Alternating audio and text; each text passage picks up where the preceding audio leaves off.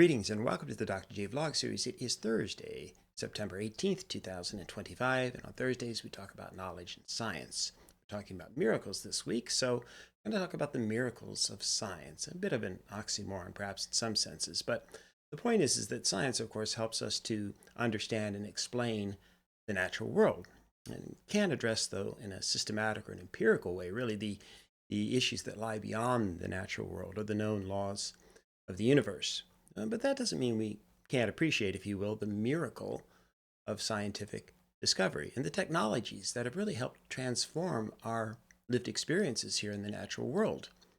We just kind of have to use a broader definition of miracle, along the lines of what I talked about earlier this week, like when we talk about extraordinary developments or the developments that are, highly improbable from a statistical standpoint. And with science, I think we can take that even further to talk about the sort of unanticipated miracles, in quotation marks, that represent the advancements in various fields that people could have only scarcely imagined in generations past. I think of my grandmother, who was born and lived in Texas, and she grew up literally without running water, without automobiles. This is, even before the advent of the plane and so on. And in her lifetime, she went from that lived experience to, ultimately watching us put men on the moon, as it were. And she even lived long enough to witness, although she didn't participate in the computer revolution and so on. So yeah, talk about living in completely different worlds over the course of her 100 years. It's just remarkable. So yeah, we can think of miracles in science as being these incredible advances that solved problems, perhaps, that we've been dealing with as human beings for centuries. I was reading an article not long ago by Mariam Khalid, who discusses a few of these scientific miracles. So I'm going to rely upon her to some degree in this regard. So first, consider the miracle of communication. The fact that I'm communicating with you right now, the advent of the internet and smartphones, which of course have completely revolutionized our abilities to communicate, how we communicate, our access to information, the fact that we conduct so much business now and entertain ourselves through these newest devices. And so we have social media and e-commerce and cloud computing and so much more. And with the development of fiber optics and wireless communication, access to the internet has become nearly ubiquitous on a global basis. Now, almost the entire world's connected in some way or another. Very few peoples anywhere are completely without access to the internet. So how connected are we? Well, Mr. Beast currently has over 437 million subscribers. That is 400, not views, 437 million subscribers to his YouTube channel, okay? And if you're keeping track, that's over 100 million more times more than I have. So I don't yet have 400 subscribers, much less 437 million subscribers. But the other point is that that's more than 5% of the entire global population. That's right, 8.2 roughly, estimating 8.2 billion people on the planet today. And over 5% of them are subscribed to Mr. Beast's YouTube channel. So that's incredible. Smartphones have further amplified the power, of course, of the internet. Nearly 6 billion mobile phones are out there today.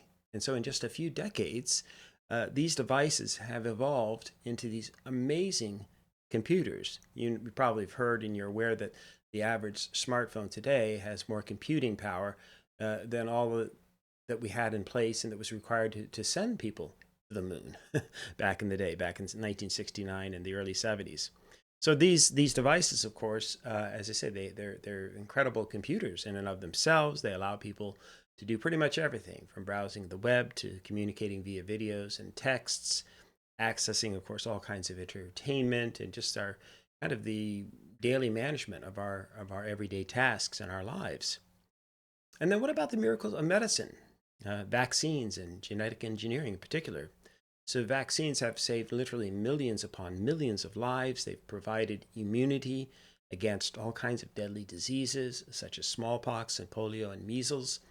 And the eradication of smallpox and near eradication of polio are clear testaments to the power of these vaccines. And recently, the rapid development of vaccines for COVID-19 within the year of the virus's outbreak also demonstrated this incredible progress in immunology and biotechnology. And even more incredible would be genetic engineering, which, in my view, allows scientists then to transform potentially the very species that we are, certainly in terms of modifying genes to prevent diseases at the very least. And so gene editing is now accessible and precise and offers incredible hope for curing genetic disorders and potentially different kinds of cancers and viral infections and much more. So the possibilities are endless, as gene editing can also be used in other spheres too, like to enhance crop yields or reduce environmental impacts, and even in creating ultimately genetically modified organisms, GMOs, to solve food shortages. So there's much more to be done in that regard, and much more that will be done, which, as I say, may actually even transform our very species itself as we move into the next phase of human evolution. And of course, related to that is the miracle of artificial intelligence, AI, right? So, and that's going to be, in my view, and many others, of course, the next real game changer in the human experiment. So we already have machine learning and neural networks embedded into our everyday technologies, from search engines and social media algorithms to autonomous vehicles and personal assistants from like Siri and Alexa and so on. And so the potential for AI, of course, goes much further beyond everyday inconveniences. So in healthcare, for example, AI can analyze vast amounts of data and help provide or diagnose diseases and provide much more accurate treatments for at the more individualized or personalized level, shall we say. In the field of robotics, AI is enabling machines to perform complex tasks that were once considered to be the exclusive domain of human beings. Autonomous robots are used increasingly in industries like manufacturing and agriculture and even space exploration, all of which, of course, increases efficiency and reduces risks to humans. And then there's the miracle of renewable energy. So for centuries, of course, human beings have relied upon fossil fuels to meet our energy needs, but the environmental and economic costs of the dependency have driven the development of renewable energy sources. So that's really coming into the forefront now in the 21st century. So we've seen the incredible advances in solar, wind, geothermal. A friend of mine actually went geothermal a couple of years back on their property, and also in hydropower technologies that are providing cleaner and more sustainable and renewable energy alternatives. And so with these new developments, I mean, solar power, for example, I had a friend who got involved in selling solar panels way back in the late 80s and the early 90s, but it was a really tough go at that time because we didn't have technologies in place to really make it as affordable. But now that's no longer true, because once considered expensive and inefficient, the newest technologies have resulted in dramatic drops in the costs due to advances in photovoltaic technologies. We also seen wind power being harnessed on a much more massive scale with the development of offshore wind farms. Battery technology, like with the lithium-ion batteries that are used in electric cars, among other things, has improved greatly and enabled longer-lasting storage and reducing the reliance again on fossil fuels.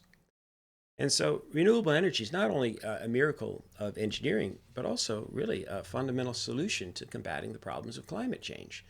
So it's in our long-term interest, obviously, as a species, to continue along that pathway. And then finally, consider the miracles of nanotechnology. This is the science of manipulating matter at the molecular and atomic levels, opening up doors that were previously, again, thought impossible. I was just speaking to a friend of ours recently who's doing a PhD in this particular field, and it's just incredible what the latest developments, what they're in the ways in which they're able to incorporate this technology into ways that we thought unimaginable previously.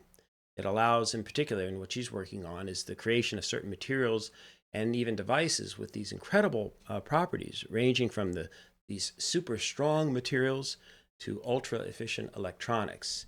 And then, of course, bridging the gap then between the human condition and machines or nanotechnology will allow us to develop much more targeted delivery systems that can, for example, attack cancer cells without damaging the healthy tissues, that sort of thing. And then in electronics, nanotechnology enables the creation of faster, smaller, and more powerful devices, again, contributing to the miniaturization, if you will, of gadgets and sensors. And so the potential applications of nanotechnology are incredibly vast, spanning fields as diverse as environmental science to materials engineering to quantum computing. So in short, the miracles of science and technology continue to reshape the world in ways that were thought unimaginable just a few decades ago. And the advancements then have touched every aspect of human life, improving our quality of life in many respects and solving some of the most pressing challenges that we continue to face. And so as we move further into the 21st century, the continued development of science and technology promises even more extraordinary breakthroughs that are going to define future generations. So the real question would be whether we as a species can solve the challenges that divide us, that afflict us as human beings in our interactions with one another. And can we work to develop the implementation of shared solutions to our common problems? And so I'm going to address that issue in tomorrow's vlog. That is the ultimate miracle, if you will, that will be required for our long-term survival. And make no mistake, we need a miracle in this regard, and I'll be proposing one tomorrow. So as ever, in the meantime, may you and yours continue to create peace in your lives, nurture love in your hearts, and dole out hugs in abundance, and we'll see you tomorrow.